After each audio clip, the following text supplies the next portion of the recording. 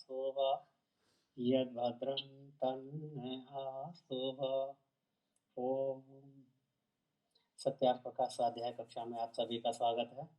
सभी को नमस्ते जी। प्रथम समोल्लास में ईश्वर के नामों की व्याख्या और ईश्वर के गुण क्रम स्वभावों का, क्योंकि ये सभी व्याख्या की है। तीन नामों के तीन देवता कम से कम भारत में प्रचलित हैं। अपना माइक कृपया सभी बंद कर लें।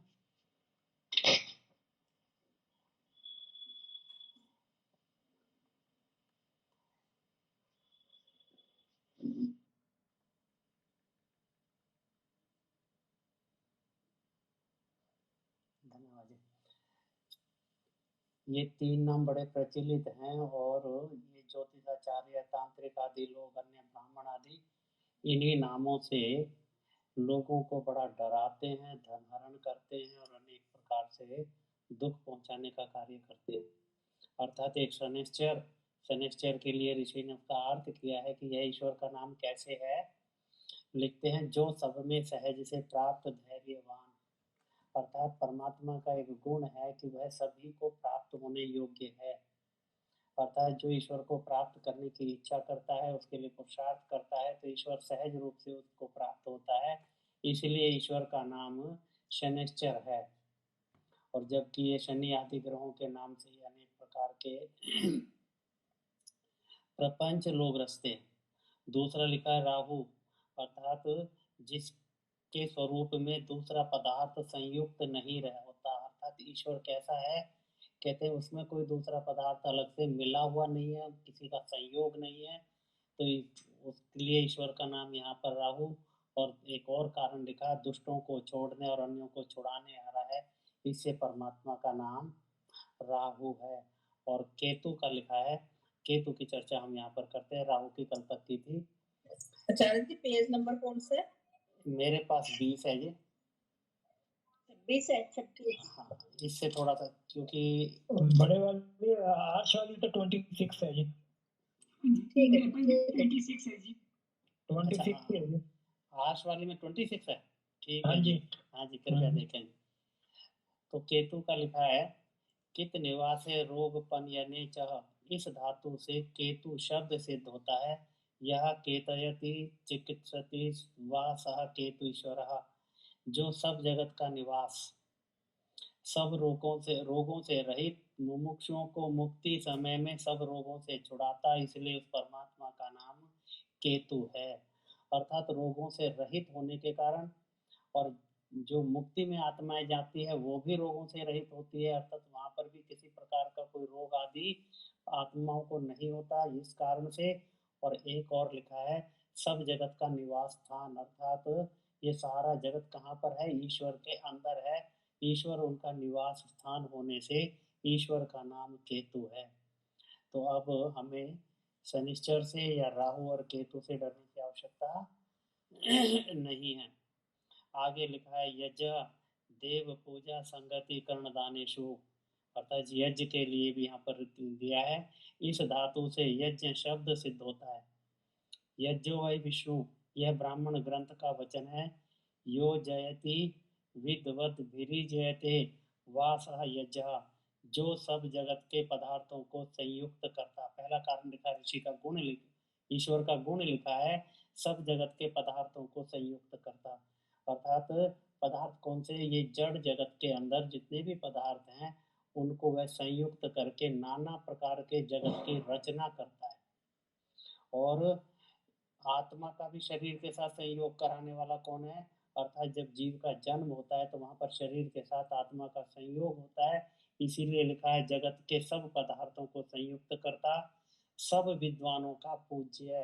अर्थात विद्वान लोग किसकी पूजा करते हैं, किसका सत्कार करते हैं, कहते हैं ईश्वर का। और ब्रह्मा से लेके सब ऋषि मुनियों का पूज्य था, है और होगा। इससे उस परमात्मा का नाम यज्ञ है, क्योंकि वह सर्वत्र व्यापक है। तो यहाँ यज्ञ शब्द भी परमात्मा के लिए आया है, तो उसी की यहाँ पर ऋषि ने व्याख्या की है कि परमात्मा का नाम यज्ञ क्यों है। आगे लिखा है, उदान धनयो आदाने चेत ये के इस धातु से होता शब्द सिद्ध होता है। यो जो होती स होता, जो जीवों को देने योग्य पदार्थों का दाता। अब यहाँ पर जो ऋषि ने यहाँ पर प्रयोग किया है, कहते देने योग्य पदार्थों का दाता, अर्थात ईश्वर जो पदार्थ जिसको देना होता है उसका देने वाला है। जैसे पशुओं के लिए जो भोजन आदि की व्यवस्था है, उनके रहने की व्यवस्था है, वो भी ईश्वर देता है। मनुष्यों को जो पदार्थ चाहिए वो भी ईश्वर देता है।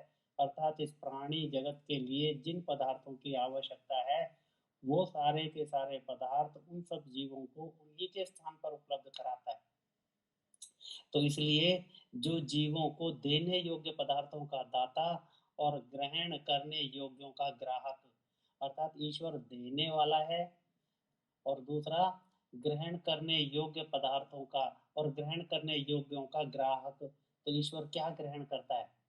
ईश्वर हमारे कर्मों को ग्रहण करता है, अर्थात जो कार्य हम करते जाते हैं, जो कर्म हम करते हैं, ईश्वर उनको यथावत जानता है, उनको ग्रहण करता जाता है और उसी के अनुरूप ईश्वर हमको अपनी न्यायकारिता के गुण के कारण उसका फल पाप और पुण्य के रूप में, सुख और दुख के रूप में हमें देता है। तो इसलिए ईश्वर क्या है? कहते हैं देने योग्य पदार्थों का दाता और ग्रहण करने योग्यों का ग्राहक। इससे उस ईश्वर का नाम होता है। आगे यहाँ पर लिखा है बंध बंधने, इससे बंधु शब्द सिद्ध होता है। यह स्वस्मिन चराचरम जगत बंधनाति बंधुवद धर्मात्मा नाम सुखाय सहायो व वर्तते स बंधु। लिखते हैं जिसने अपने में सब लोक लोकांतरों को नियम से बद्ध कर रखे हैं। अर्थात ईश्वर ने जितने भी ये लोक लोकांतर हैं, पूरे का पूरा ब्रह्मांड है, उसने उन सबको बांधा हुआ है। बांधा हुआ अर्थात नियम में रखा हुआ है। अर्थात ये पूरा ब्रह्मांड जितनी भी ये क्रियाएं जड़ जगत में होती हैं, ये सारी की सारी नियम पूर्वक हैं। कहीं पर भी किसी के अंदर बिना नियम के कोई कार्य नहीं होता। जितना भी हम चिंतन मनन करते जाएं, अर्थात ये जितने भी ग्रह उपग्रह, जितने भी सूर्य आदि लोग हैं, सब अपने अपने नियम के अंदर कार्य करते हैं। तो कहते हैं ये कौन से नियम में बंधे हुए हैं? अर्थात ईश्वर ने अपने नियमों में इनको बांध रखा है। इसीलिए लिखा है जिसने अपने में सब लोक लोकांतरों को नियमों से बद्ध कर रखे और सहोदर के समान सहायक हैं। और ये ईश्वर कैसा है? कहते हैं सहोदर के समान सहायक है, अर्थात भाई के समान। क्योंकि संसार के अंदर सबसे ज्यादा यदि कोई सहायक होता है तो भाई को माना जाता है। तो इसलिए परमात्मा सभी का सहायक है और बंधुवत सहायक है। इसी से अपनी अपनी परिधि व नियम का उल्लंघन नहीं कर सकते। अर्थात जितना भी ये जड़ जगत आदि है, ये सब उसी के नियम में बंधे हुए हैं और उस नियम का उल्लंघन कोई भी नहीं कर पाता। अर्थात ये पूरा संसार नियम से चलता है। जैसे भ्राता भाइयों का सहकारी होता है, वैसे ही परमेश्वर भी पृथ्वी आदि लोकों के धारण, रक्षण और सुख देने से बंधु संजक है। अर्थात दो कारण बताए, एक तो इन लोक लोकांतरों को अपने नियमों में बांधकर उसी के अनुरूप उसको चलाना, और दूसरा ईश्वर बंधु के समान सहायक है। इसलिए ईश्वर का नाम यहाँ पर बंधु रखा है, बंधु संजक है। आगे कहते हैं पारक्षणे, इस धातु से पिता शब्द सिद्ध हुआ। यह पाती सर्वांश पिता, जो सबका रक्षक। जैसे पिता अपने संतानों पर सदा कृपालु होकर उनकी उन्नति चाहता है, वैसे ही परमेश्वर सब जीवों की उन्नति चाहता है। इससे उसका नाम पिता है। तो यहाँ पर दो चीजें दी हैं, एक तो सबका रक्षक होने के कारण अर्थात ईश्वर हमारी रक्षा करता है, और दूसरा हमारी उन्नति चाहता है। तो इसलिए इसका नाम पिता है और यही पिता के गुण होते हैं। पिता अपने पुत्रों की रक्षा और उनकी उन्नति के लिए प्रयत्नशील रहता है। तो यही गुण ईश्वर के अंदर है, वह अर्थात अपनी संतान, अपनी प्रजा के लिए उनकी उन्नति चाहता है और उनका रक्षण करता है। तो यहाँ पर पिता दिया है, उसके बाद पितामह और पर पितामह, ये शब्द भी ईश्वर के लिए प्रयोग किए जाते हैं, उसका भी कारण यहाँ पर लिखा है। अशोक जी कुछ कहना चाह रहे हैं जी? हाँ जी, ये गुरु जी बंधु संजक, संजक क्या क्या मतलब है? संजक कहते हैं संज्ञा का देना, अर्थात बंधु नाम ईश्वर को दिया गया, संज्ञा दी गई। जो अच्छा। व्याकरण में भी हम संज्ञा पढ़ते हैं, वो संज्ञा क्या होती है, किसी के नाम को संज्ञा कहते हैं। तो ईश्वर का नाम एक बंधु है, तो ईश्वर क्या हो गया, बंधु संज्ञक हो गया, अर्थात अच्छा बंधु अच्छा नाम किसका, ईश्वर का, तो अच्छा संज्ञक शब्द में आता है। ठीक है, ठीक तो है। यहाँ पर पिता नाम ईश्वर का दिया। आगे लिखते हैं यह पितृणाम पिता से पितामह, जो पिताओं का भी पिता है, इससे उस परमेश्वर का नाम पितामह है। पितामह किसको कहते हैं, दादा को कहते हैं, अर्थात पिता का पिता। तो जो पिताओं का भी पिता है, अर्थात जो हमारे ये पिता हैं, इनका भी पिता, अर्थात हमारा भी पिता, पिताओं का भी पिता, इसलिए ईश्वर का नाम पितामह है।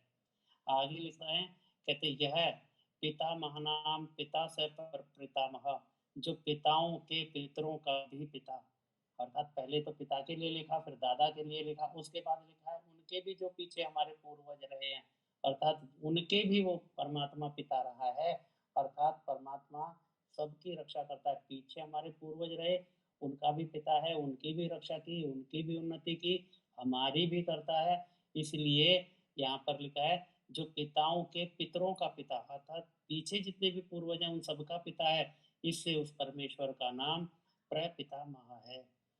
तो लिखते हैं यो मिमिते मानयति सर्वान जीवान समाता, अर्थात यहाँ पिता आया, अब ईश्वर का नाम माता भी है। आगे यहाँ पर ऋषि आगे बताएंगे कि ईश्वर के जो भी अभी तक नाम आए हैं, अधिकतर सारे कैसे हैं, वो पुरुष वाचक हैं। तो ईश्वर के नाम स्त्री वाचक भी हैं, उसको आगे यहाँ पर बताएंगे। अभी यहाँ पर माता के लिए लिखा है यो मिमिते मानयति सर्वान जीवान समाता, जैसे पूर्ण कृपा युक्त जननी अपने संतानों को सुख और उन्नति चाहती है, वैसे परमेश्वर भी सब जीवों की बढ़ती चाहता है, इससे परमेश्वर का नाम माता है। अर्थात पिता, पितामह, प्रपितामह और माता, ये सब क्या है, ईश्वर के भी नाम हैं। आगे आचार्य के लिए लिखा है, कहते हैं चर गति बक्षणय हो, आंग पूर्वक इस धातु से आचार्य शब्द सिद्ध होता है।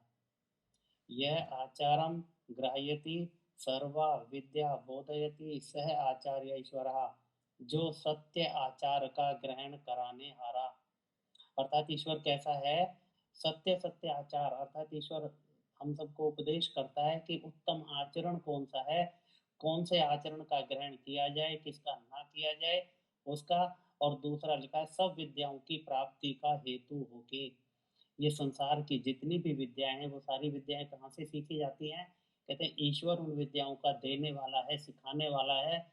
कैसे सिखाता है, वेद के ज्ञान द्वारा, अर्थात वेद का ज्ञान देकर सब विद्याओं को मनुष्य को देने हारा है। इसीलिए लिखा प्राप्ति का हेतु होके सब विद्या प्राप्त कराता, इससे परमेश्वर का नाम आचार्य है। और आगे लिखा है गुरु शब्द के लिए गिरि शब्द है, इस धातु से गुरु शब्द बना है। यो धर्मान शब्दान गृणात्युपदिशति स गुरु, सह पूर्वेशामपि गुरु काले नानुवच्छेदात्। योग दर्शन का यहाँ पर सूत्र लिखा है, कहते हैं जो सत्य धर्म प्रतिपादक, अर्थात क्या क्या सत्य, सत्य धर्म कौन कौन सा है, कौन से कर्तव्यों को हम धारण करें, उनका प्रतिपादक करने वाला, सकल विद्या युक्त वेदों का उपदेश करता। ऊपर जो उपदेश की आई थी सब विद्याओं को देने वाला, अब यहाँ पर आ गया कि उपदेश कैसे दिया जाता है, कहते हैं सकल विद्या युक्त, अर्थात संसार में जितनी विद्याएं हैं उनका मूल कहाँ पर है, कहते हैं वेद हैं। और ये वेद का उपदेश कौन, कहते हैं ईश्वर करता है। तो इसीलिए लिखा है सकल विद्याओं विद्या युक्त वेदों का उपदेश करता, सृष्टि की आदि में अग्नि वायु आदित्य अंगिरा और ब्रह्मा आदि गुरुओं का भी गुरु, और जिसका नाश कभी नहीं होता। तो यहाँ पर साथ साथ ऋषि ने ये भी बता दिए, ये चारों वेद किसको दिए गए, चार ऋषियों को दिए गए। इन चारों ऋषियों ने मिलकर ब्रह्मा को सबसे पहले वेदों का ज्ञान दिया, और ब्रह्मा ने आगे गुरु शिष्य परंपरा से इन वेदों को यहाँ तक पहुँचाया। इसलिए जितने भी गुरु हमारे पहले हुए, जो पूर्वज हुए हैं, उनका भी गुरु, और साथ साथ लिखा है जिसका नाश कभी नहीं होता, अर्थात ईश्वर नष्ट होने वाला नहीं है, अर्थात अनादि है, अनंत है। तो इसलिए उस परमेश्वर का नाम गुरु है। तो ईश्वर का नाम गुरु भी लिखा और उसके आचार्य भी लिखा। आगे अज के लिए कहते हैं ईश्वर का नाम अज भी है, उसके लिए ऋषि ने लिखा है अजह गति क्षेप्रणियो जनि प्रादुर्भावे, इस धातु से अज शब्द बनता है। योजति सृष्टिम प्रति सर्वान् प्रकृत्यादीन पदार्थान प्रक्षिपति जनयति च कदाचिन्ना जायते सो जा, जो सब प्रकृति के अवयव आकाश आदि भूत परमाणुओं को यथा योग्य मिलाता। अब यहाँ पर ऋषि ने ईश्वर के कार्य का वर्णन किया है कि ऋषि करता क्या है, वो ईश्वर करता क्या है। कहते हैं जो सब प्रकृति के अवयव, प्रकृति के अवयव कौन से हैं, सत्व रज तम, ये मूल प्रकृति है, उसके अवयवों को और अवयवों को मिलाते मिलाते परमाणु रूप में, और परमाणु के बाद कहते हैं उसके बाद जब ये 5 महाभूत बनते हैं, आकाश पृथ्वी जल अग्नि वायु और आकाश, कहते हैं आकाश आदि भूत परमाणुओं को यथा योग्य मिलाता है, अर्थात जिसको जितना मिलाकर जो पदार्थ बनता है उतना उसको मिलाकर अनेक प्रकार के इस संसार की रचना करता है। यथा योग्य अर्थात ऐसा ही नहीं किसी को कितना भी मिला दे, जितना जहाँ पर जरूरत है उतना उसको मिलाकर उसी पदार्थ की रचना करता है। आगे लिखा है शरीर के साथ जीवों का संबंध करके जन्म देता, अर्थात जड़ जगत को बनाने वाला, उसके बाद प्राणी जगत को बनाने वाला, प्राणी जगत को अर्थात आत्मा को शरीरों के साथ मिलाता है, अर्थात उनको शरीर प्रदान करता है और जन्म देता है, स्वयं कभी जन्म नहीं लेता, अर्थात इस जड़ जगत की और प्राणी जगत के जन्म का देने वाला और स्वयं जन्म ना लेने वाला, इसीलिए ईश्वर का नाम एक अज है। अगर इस अज को मानने के बाद भी अगर कोई व्यक्ति कहता है कि ईश्वर का जन्म होता है, तो अर्थात दोनों विरोधी बातें हैं कि अज कहना और जन्म लेना। वैसे जी अज का अर्थ क्या है? देखो जा से जो अर्थ बनता है जन्म लेने वाला बनता है, आ उसमें लगा दिया तो अज हो गया, अर्थात जन्म ना लेने वाला। वैसे जो संस्कृत जानते हैं तो अज शायद बकरी के लिए भी आता है, वैसे एक ही शब्द के अनेक अर्थ हैं, यहाँ परमात्मा का जो अर्थ लिया है जन्म ना लेने वाला, क्योंकि जा से जो शब्द बनता है वो जन्म के लिए बनता है और आ उसमें साथ लगा दिया गया। ठीक है जी, तो कहते हैं कि शरीर के साथ सब जीवों का संबंध करके जन्म देता और स्वयं कभी जन्म नहीं लेता, इससे उस ईश्वर का नाम अजय है।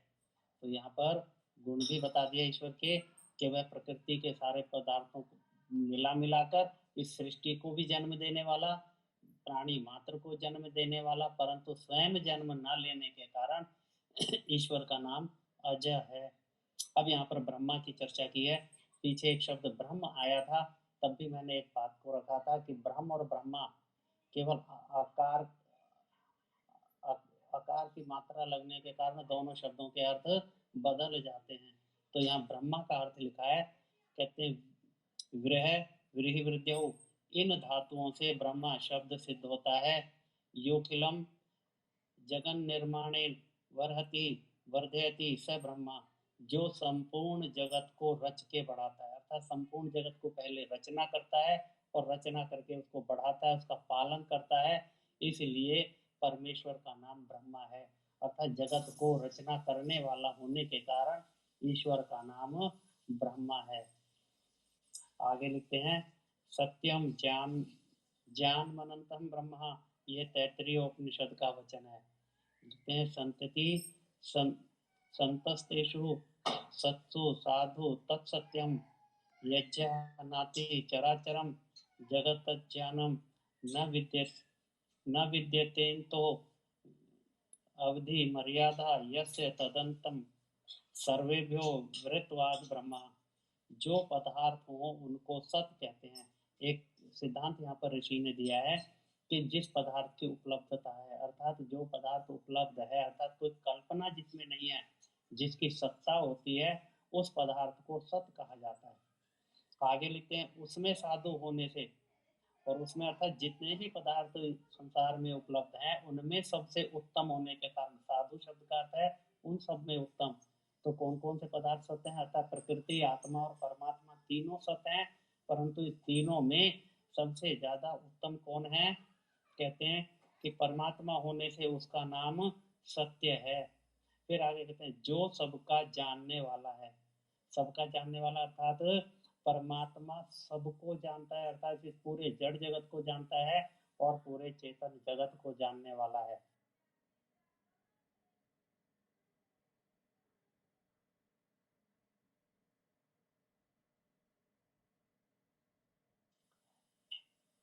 तो कहते हैं जो सबका जानने वाला है, इससे परमेश्वर का नाम ज्ञान है, अर्थात परमात्मा सर्वज्ञ है क्योंकि वह सब कुछ जानता है।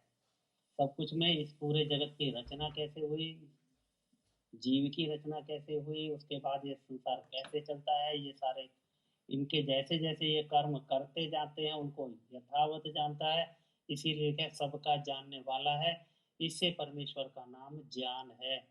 और जिसका अंत अवधि मर्यादा अर्थात इतना लंबा चौड़ा छोटा बड़ा है ऐसा परिमाण नहीं है। ये अतिरिक्त गुण ऋषि ने बताया है ईश्वर का। कहते हैं इसकी कोई मर्यादा नहीं है, कोई अवधि नहीं है कि ये ईश्वर इतना लंबा इतना चौड़ा है, अर्थात इन सीमाओं में बंधा हुआ है। क्योंकि ईश्वर का गुण कैसा है, सर्वव्यापक है, निराकार है। इसीलिए ना वहाँ पर कहीं पर मर्यादा है, कहीं पर उसकी सीमा है, ना उसकी कोई लंबाई चौड़ाई और छोटा बड़ा है। अर्थात छोटा बड़ा होने वाले को क्या कहते हैं कि परिमाण वाला। तो ईश्वर परिमाण वाला भी नहीं है। इसलिए परमेश्वर का नाम सत्य, ज्ञान और अनंत है। तीन शब्दों की यहाँ पर एक साथ व्याख्या की है कि ईश्वर का नाम सत्य है, ज्ञान है और अनंत है। आगे यहाँ पर लिखते हैं अनादि, क्योंकि ईश्वर का बहुत जगह पर इसका प्रयोग होता है। ईश्वर कैसा है, अनादि है। अनादि के लिए यहाँ पर परिभाषा दी है, दुदाएं दाने आंग पूर्वक इस धातु से आदि शब्द और न्य पूर्वक अनादि शब्द सिद्ध होता है। अर्थ लिखते हैं यस्मात् पूर्वम नास्ति परम चास्ति सह आदि ऋत्युच्यते न विद्यते आदि कारणम यस्य सोनादीश्वरः। जिसके पूर्व कुछ न हो और परे हो उसको आदि कहते हैं। तो ईश्वर के अनादि से पहले आदि की परिभाषा दी है कि आदि किसको कहते हैं। तो कहते हैं जिसके पूर्व कुछ न हो, अर्थात उस पदार्थ के बनने से पहले वह पदार्थ उपलब्ध ना हो और बाद में हो जाए, अर्थात वो पहले नहीं था बाद में बन गया। शास्त्रों में विशेषकर घड़े का उदाहरण देते हैं कि पहले घड़ा नहीं था बाद में बन गया, तो इसको कहते हैं आदि। और इसीलिए लिखा है कि जिसके पूर्व कुछ ना हो और परे हो, परे अर्थात बाद में कोई चीज उपलब्ध हो जाए तो उसको आदि कहते हैं। जिसका आदि कारण कोई भी नहीं, अर्थात ईश्वर कैसा है कि ईश्वर का कोई आदि कारण नहीं है। अर्थात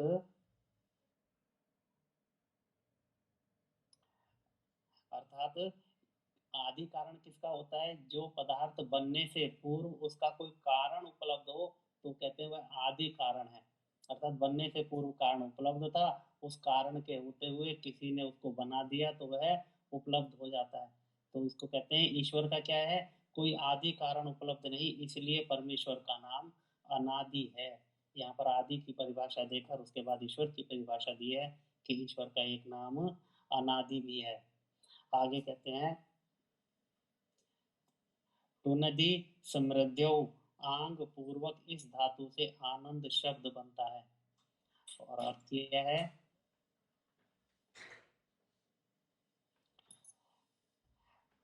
आनंदन्ति सर्वमुक्ता यस्मिन् यद्वा यह सर्वान् जीवानानंदयति स आनंदः। जो आनंद स्वरूप जिसमें सब मुक्त जीव आनंद को प्राप्त होते और सब धर्मात्मा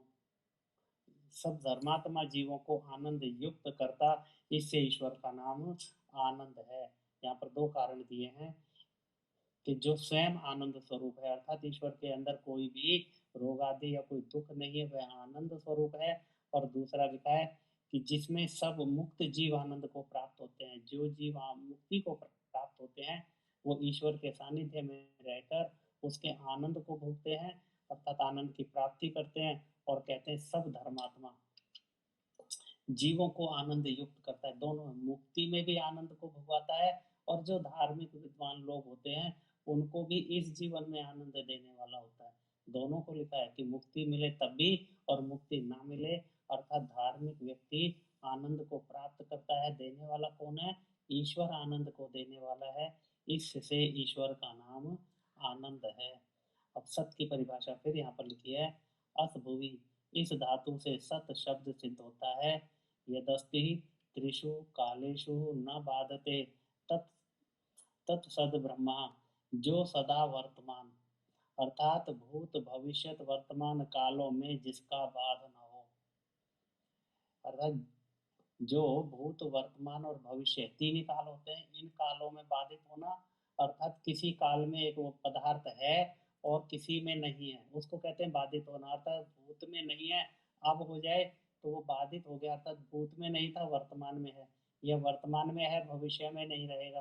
परंतु ईश्वर कैसा है?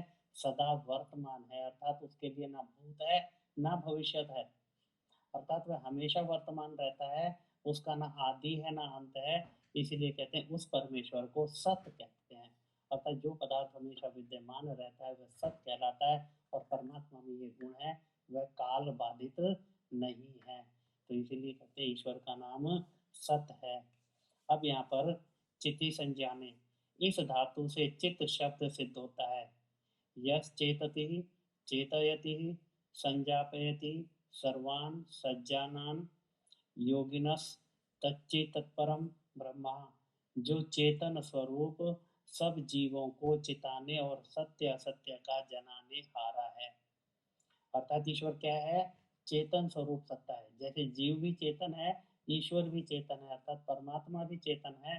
तो लिखा है कि जो चेतन स्वरूप और सब जीवों को चिताने, अर्थात जितने भी जीव हैं उनको चिताने वाला है। चिताने वाला अर्थात उनको ज्ञान देने वाला है, इसलिए ईश्वर का नाम क्या लिखा है? चित्त लिखा है। और एक और कारण लिखा है, सत्य असत्य का जानने हारा है, अर्थात ईश्वर का ज्ञान पूर्ण है, वह सत्य असत्य सबको पूर्ण रूप से जानता है। इसीलिए ईश्वर का नाम कहते हैं, इसलिए उस परमात्मा का नाम चित्त है। इन तीन शब्दों के विशेषण होने से परमेश्वर को सच्चिदानंद स्वरूप कहते हैं। तीन शब्दों की यहाँ पर परिभाषा की थी, सत्य की, चित्त की और आनंद की। इन तीनों गुणों को मिलाकर, अर्थात इन तीनों को मिलाकर यहाँ पर लिखा है, इसीलिए ईश्वर को सच्चिदानंद कहा जाता है। इस शब्द का बड़ा प्रयोग हमारे धार्मिक ग्रंथों में होता है कि ईश्वर कैसा है? सच्चिदानंद स्वरूप है, अर्थात तीन गुण इसमें ईश्वर के हैं। अब यहाँ पर एक शब्द और प्रयोग होता है, नित्य, शुद्ध, बुद्ध, मुक्त। तो ये चारों शब्दों के लिए यहाँ पर उनकी एक एक करके परिभाषा दी है। लिखते हैं, यो नित्य ध्रुवो चलो विनाशी स नित्या, जो निश्चल अविनाशी है सो नित्य शब्द वाच्य ईश्वर है। अर्थात ईश्वर को नित्य किस लिए बोला जाता है? कि अविनाशी है, अर्थात हमेशा रहने वाला है। वह वर्तमान के ऊपर जो आया था कि वह काल बाधित नहीं है, सदा वर्तमान रहता है, अर्थात वह हमेशा उसकी सत्ता बनी रहती है। इसलिए ईश्वर को यहाँ क्या नित्य शब्द वाच्य ईश्वर है, अर्थात ईश्वर को नित्य शब्द से जाना जाता है। शुद्ध शुद्ध हो, इससे शुद्ध शब्द सिद्ध होता है। यह सुंदति सर्वान शोधयति वासा शुद्ध ईश्वर, जो स्वयं पवित्र और सब अशुद्धियों से पृथक और सबको शुद्ध करने वाला। अर्थात दोनों लिखा है, ईश्वर का स्वभाव कैसा है, ईश्वर का स्वरूप कैसा है? कहते हैं स्वयं पवित्र है, अर्थात उसके अंदर किसी भी प्रकार की अशुद्धियां नहीं है। ये ध्रुवों का क्या अर्थ है आचार्य जी? ध्रुवों का क्या अर्थ है? नित्य ध्रुवो अचलो अविनाशी। हाँ, मैं बताता हूँ। ध्रुवो शब्द का अर्थ सिर्फ बता जी, एक मिनट के लिए होल्ड करें।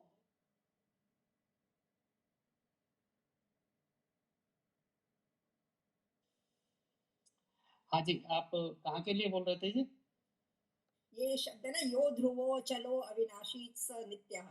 तो अचलों का तो हो गया अचल, अविनाशी का भी पता है अविनाशी, वो नित्य है। ध्रुवों का क्या अर्थ हुआ? हाँ, ध्रुव के लिए भी आता है, जैसे ध्रुव तारा कहते हैं कि जो कहीं पर भी इधर उधर जाता आता नहीं, निश्चल है, अर्थात अच्छा, ध्रुवो, हाँ ध्रुव, ध्रुवो का मतलब यहाँ है निश्चल हाँ है जो। उसी के लिए निश्चल आया है, उसी के अचला का लिए। भी यही मतलब है निश्चल, हाँ अचला उसका, का भी निश्चल है। अचला का भी वही है जी, क्योंकि ईश्वर सर्वत्र व्यापक है। अगर सर्वत्र व्यापक होने वाली वस्तु न आती है न जाती है, इसलिए उसको यहाँ पर इन शब्दों से लिखा है। तो कहते हैं कि सो नित्य शब्द वाच्य ईश्वर है। शुद्ध शुद्ध हो, इससे शुद्ध शब्द सिद्ध होता है। यह शुद्धति सर्वान शोधयति वास शुद्धेश्वरा, जो स्वयं पवित्र, सब अशुद्धियों से पृथक, सबको शुद्ध करने वाला। सबको शुद्ध करने वाला अर्थात अन्य जीवों को पवित्र करने वाला है।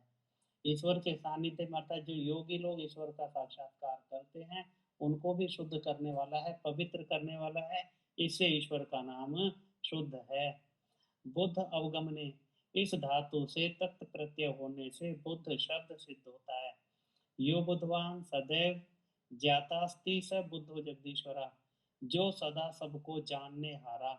इससे ईश्वर का नाम बुद्ध है। सबको जानने हारा अर्थात इस पूरे संसार को यथावत जानता है, इसलिए ईश्वर का नाम बुद्ध है। और एक शब्द मुक्त का लिखा है, मुचलिरी मोचने, इस धातु से मुक्त शब्द सिद्ध होता है। यो मुंचति मोचयति वा मुमुक्षुन स मुक्तो जगदीश्वर, जो सर्वदा अशुद्धियों से अलग। यहाँ पर एक गुण दिया है कि ईश्वर कैसा है, अशुद्धियों से दूर है। कई बार लोग चर्चा करते हैं, बोले जी हिंदू धर्म में या आपके उसमें ईश्वर को कैसा मानते हैं, कहते हैं सर्वत्र व्यापक। तो कहते हैं सर्वत्र तो मलमूत्र आदि भी होता है, कीचड़ भी होता है, अशुद्धियां भी होती हैं, उसमें भी क्या ईश्वर है। तो यहाँ पर उस गुण को दिया है कि सब अशुद्धियों से पृथक है, अर्थात वह सब पदार्थों में रहते हुए भी ईश्वर की सत्ता उनसे अलग बनी रहती है, अर्थात वह अशुद्धियों से दूर रहता है। एक और आगे गुण आएगा कूटस्थ, उसकी भी परिभाषा इसी प्रकार आएगी। वहां पर उनके प्रश्नों का उत्तर इसी बात से मिलता है। तो कहते हैं जो सर्वदा अशुद्धियों से अलग और सब मुमुक्षुओं को क्लेश से छुड़ा देता है। अर्थात जो मुमुक्षु होते हैं, जो मुक्ति की इच्छा करने वाले योगी पुरुष होते हैं, उनको भी क्लेशों से अर्थात दुखों से दूर करने आ रहा है, इसलिए परमात्मा का नाम मुक्त है। अब यहाँ पर उन चारों शब्दों की परिभाषा दी है। अतएव नित्य शुद्ध बुद्ध मुक्त स्वभाव जगदीश्वर, इस कारण से परमेश्वर का स्वभाव नित्य शुद्ध बुद्ध मुक्त है। और इस शब्द का भी प्रयोग अनेक बार किया जाता है कि ईश्वर नित्य शुद्ध बुद्ध मुक्त स्वभाव वाला है। तो यहाँ पर सच्चिदानंद स्वरूप के लिए भी बता दिया, और नित्य शुद्ध बुद्ध मुक्त ईश्वर को क्यों कहा जाता है उसका ऋषि ने यहाँ पर वर्णन किया। आगे एक निराकार शब्द का बहुत बार प्रयोग किया जाता है कि परमात्मा कैसा है, कहते हैं निराकार है। उसकी परिभाषा भी ऋषि ने दी है। लिखते हैं निरांग पूर्वक डूक्रिय करने, इस धातु से निराकार शब्द सिद्ध होता है। निर्गता आकार आकारात् निराकारा, जिसका कोई जिसका आकार कोई भी नहीं और ना कभी शरीर धारण करता। दो कारण है, क्योंकि अगर शरीर धारण करेगा तो आकार होगा, तो आकार होगा। तो कहते हैं इसीलिए कहा है कि ईश्वर शरीर भी धारण नहीं करता और उसका कोई आकार भी नहीं है। पीछे जो आया था कि वह सीमाओं में बाधित नहीं आता, तो उसका लंबा चौड़ा इस तरह का कोई परिमाण नहीं है। तो कहते हैं इसीलिए यहाँ पर लिखा है कि उसका निराकार गुण है कि उसका कोई आकार नहीं है। आगे लिखते हैं अंजु व्यक्ति लक्षण कांति गतिशु, इस धातु से अंजन शब्द और निरुपसर्ग के योग से निरंजन शब्द सिद्ध होता है। ये निरंजन शब्द का प्रयोग भी बहुत किया जाता है, और खासकर ये विशेष जो गलियों में साधु घूमते हैं अलख निरंजन शब्द बोलते हैं। अर्थात निरंजन का अर्थ भी परमात्मा के लिए है। परमात्मा का निरंजन किस लिए प्रयोग करते हैं, लिखा है अंजनम व्यक्तिर्मक्षणम को काम इंद्रिय प्राप्ति चेत्यस्य माध्यो निर्गतः पृथक भूतः स निरंजनः, जो व्यक्ति अर्थात आकृति मलेच्छाचार दुष्ट कामना और चक्षुर आदि इंद्रियों के विषय के पथ से पृथक है। वैसे अंजन का शब्द प्रयोग होता है आंखों के लिए, और जो आंखों से ना देखा जाए वो निरंजन है। ये एक सामान्य शब्द का प्रयोग करते हैं, परंतु ऋषि ने यहाँ पर जो व्याख्या की है तो उसके अंदर एक कारण ये भी लिखा है, चक्षुरादि इंद्रियों के विषय के पथ से पृथक। केवल चक्षु नहीं, जितनी भी हमारी पांचों ज्ञान इंद्रियां हैं उनसे ईश्वर को प्राप्त नहीं किया जा सकता, उससे उसका ज्ञान नहीं होता। इसीलिए लिखा है कि इंद्रियों के विषयों का जो पथ है, अर्थात जिससे विषयों को वो प्राप्त करती हैं, उससे ईश्वर पृथक है, उससे प्राप्त होने वाला नहीं है। एक कारण ये लिखा, और दूसरा लिखा है जो व्यक्ति व्यक्ति अर्थात पुरुष के लिए आया, अर्थात ईश्वर के लिए आया है, अर्थात आकृति मलेच्छाचार, आकृति तो वही हो गया जिसका कोई आकार नहीं, मलेच्छाचार जिसका दुर्गुण युक्त आचरण नहीं है, दुष्ट कामना, अर्थात ये सारे के सारे जो अवगुण हैं ये ईश्वर में नहीं है और हमारे ज्ञानेन्द्रियों के पथ से पृथक है, अर्थात उनसे प्राप्त नहीं किया जा सकता। इससे ईश्वर का नाम निरंजन है। आगे लिखते हैं, गण संख्या ने, इस धातु से गण शब्द सिद्ध होता है। ये गणेश और गणपति का प्रयोग ये बहुत होता है और इसकी एक आकृति भी बनाकर अनेक प्रकार की इसकी पूजाएं होती हैं, परंतु यह भी ईश्वर का नाम है। और उसके लिए लिखा है कि ईश्वर का नाम क्यों है, कहते हैं गण संख्या ने इस धातु से गण शब्द सिद्ध होता है। इसके आगे ईश एवं पति शब्द रखने से गणेश और गणपति शब्द सिद्ध होते हैं। यह प्रकृत्यादयो जड़ा जीवाश्य गण्यन्ते संख्यांते तेषामीशः स्वामी पति पालको वः। जो प्रकृति आदि जड़ और सब जीव प्रख्यात पदार्थों का स्वामी व पालन करने हारा है। तो यहाँ पर दो चीजों की लिखा है, जो प्रकृति आदि जड़ अर्थात जितना भी ये जड़ संसार है वो भी, और उसके बाद लिखा है सब जीव अर्थात जितने भी प्राणी मात्र यहाँ पर हैं पूरे ब्रह्मांड के, केवल पृथ्वी के नहीं, तो कहते हैं सारा जड़ संसार और सब जीव प्रख्यात पदार्थ अर्थात जितना भी ये दिखाई देने वाला है, अर्थात जो सत्व रज तम है वो किस रूप में है, वो अव्यक्त होता है, परंतु ये जड़ संसार जो दिखाई देता है, जो प्रख्यात है, जो प्रकट रूप में है, जो प्रकाशित है, उसी के लिए यहाँ पर प्रख्यात शब्द है। कहते हैं प्रख्यात पदार्थों का स्वामी। तो प्रख्यात पदार्थ अर्थात ये जड़ चर अचर दोनों जगत पूरा का पूरा ब्रह्मांड कहते हैं उनका स्वामी है और उनका पालन करने आ रहा है। इससे उससे इस ईश्वर का नाम गणेश व गणपति है, अर्थात गण का ईश अर्थात ये पूरा संसार है, इन पूरे का ईश है अर्थात स्वामी है, और उसी का लिखा है गणपति। आगे लिखते हैं, यो विश्व मिष्टे सह विश्वेश्वर, जो संसार का अधिष्ठाता, अधिष्ठाता का अर्थ आता है जो स्वामी होता है, जो मालिक होता है उसको अधिष्ठाता कहते हैं, जो उसका नियंता होता है, नियंत्रण करने वाला होता है, उसको चलाने वाला होता है, उसके लिए अधिष्ठाता आता है। इसीलिए लिखा है जो संसार का अधिष्ठाता, इससे उस परमेश्वर का नाम विश्वेश्वर है।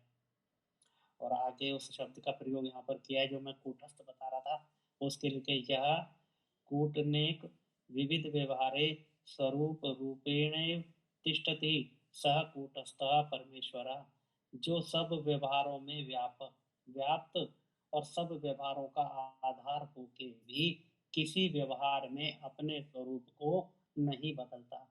अर्थात ईश्वर कैसा है, जितने संसार के व्यवहार हैं, जितना भी ये जड़ चेतन जगत बना हुआ है, इन सब के अंदर व्यापक है। और इन सब पदार्थों में जिसको कहते हैं कि कण कण में व्यापक है, तो कहते हैं इस पूरे संसार में व्यापक भी है, उनका आधार भी है, अर्थात जितने भी कार्य होते हैं उन सब व्यवहारों का आधार भी ईश्वर है। और इस इतना होते हुए भी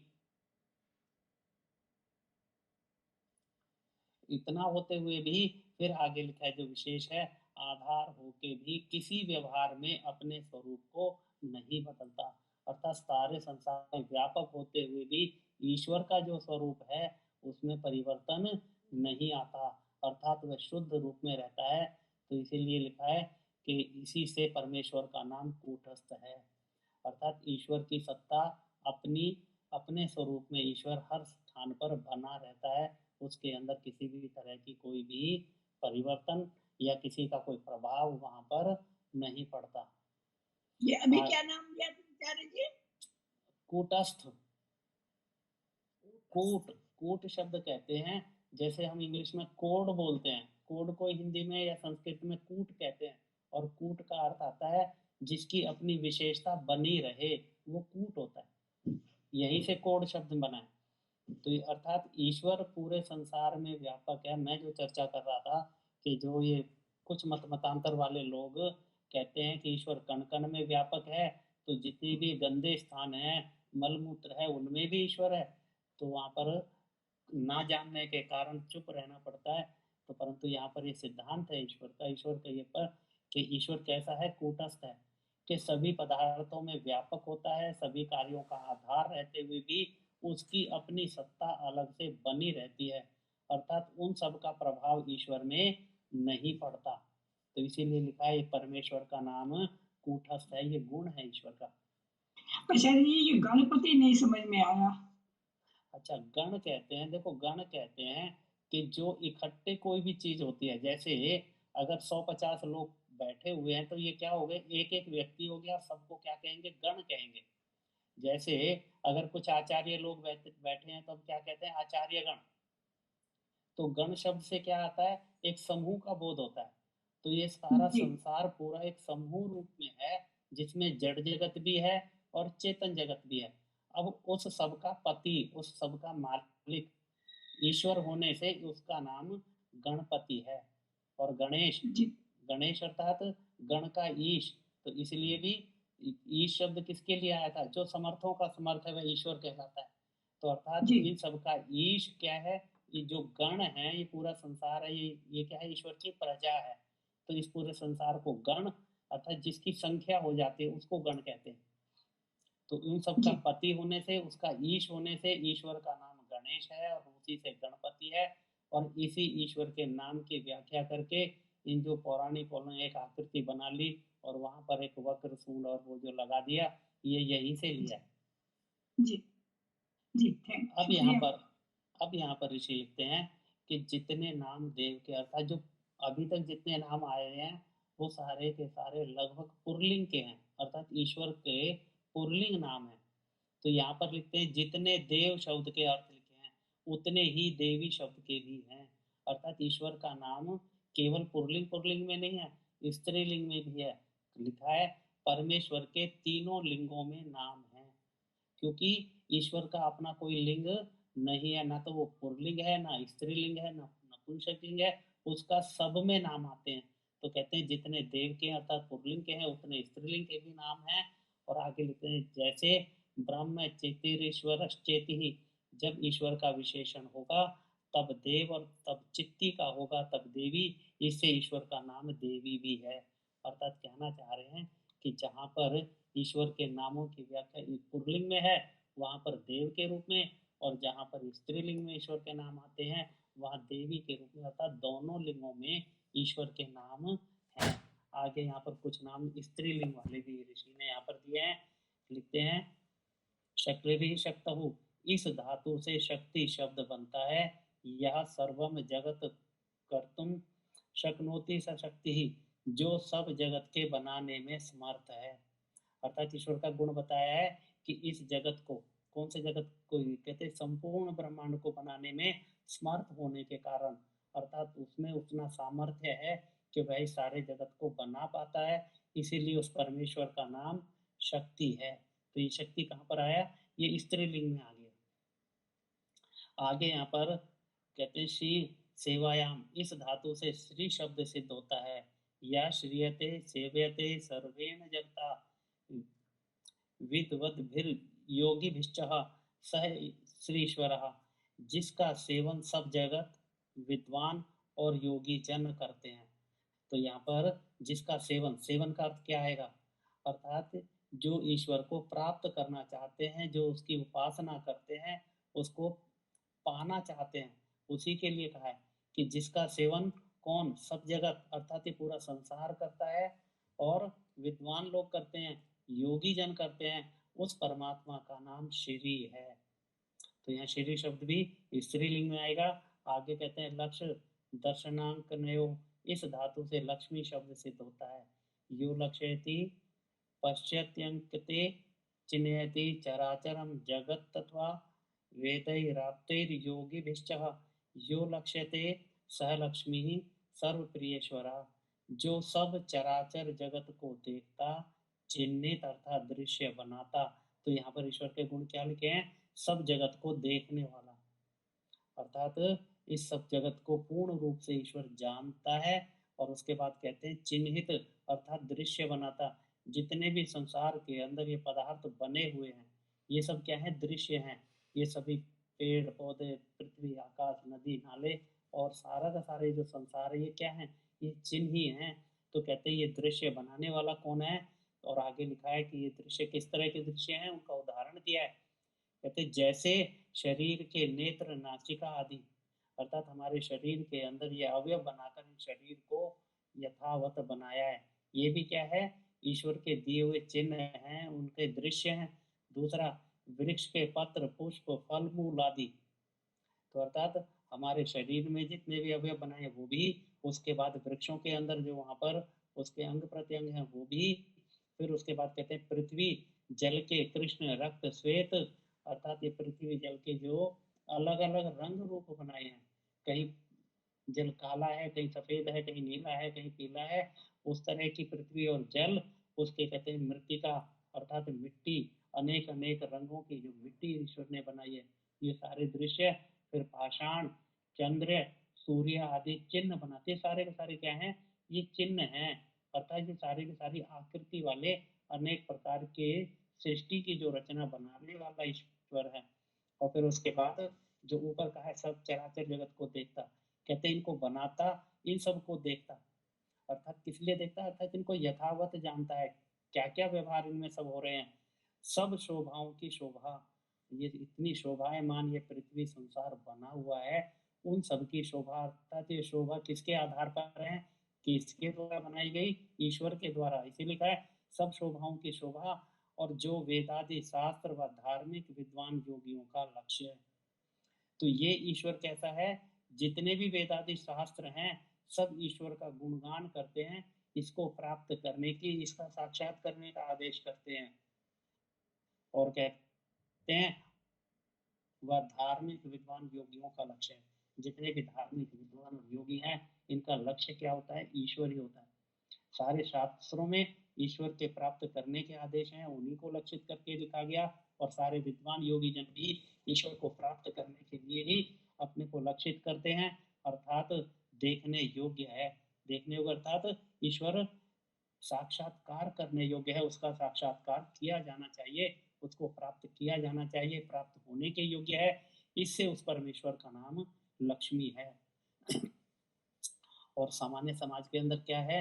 लक्ष्मी की एक मूर्ति बना के कहते हैं वह धन की मूर्ति हो गई, वह धन देने वाली है। परंतु लक्ष्मी से ईश्वर के नाम का यहाँ पर लिखा है। और किस कारण से लिखा है? इन सब कारणों से ईश्वर का नाम लक्ष्मी है। इन गुणों के कारण लक्ष्मी शब्द से ईश्वर का यहाँ पर नाम दिया है। एक सरस्वती का और कर देते हैं।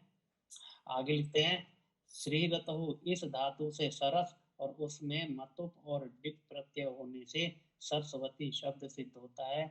सरो विविधम ज्ञानम विद्यते यस्याम चित्तहो स सरस्वती, जिसको विविध विज्ञान, विविध विज्ञान अर्थात जितना भी ज्ञान और विज्ञान है, ये सारा कहाँ पर है?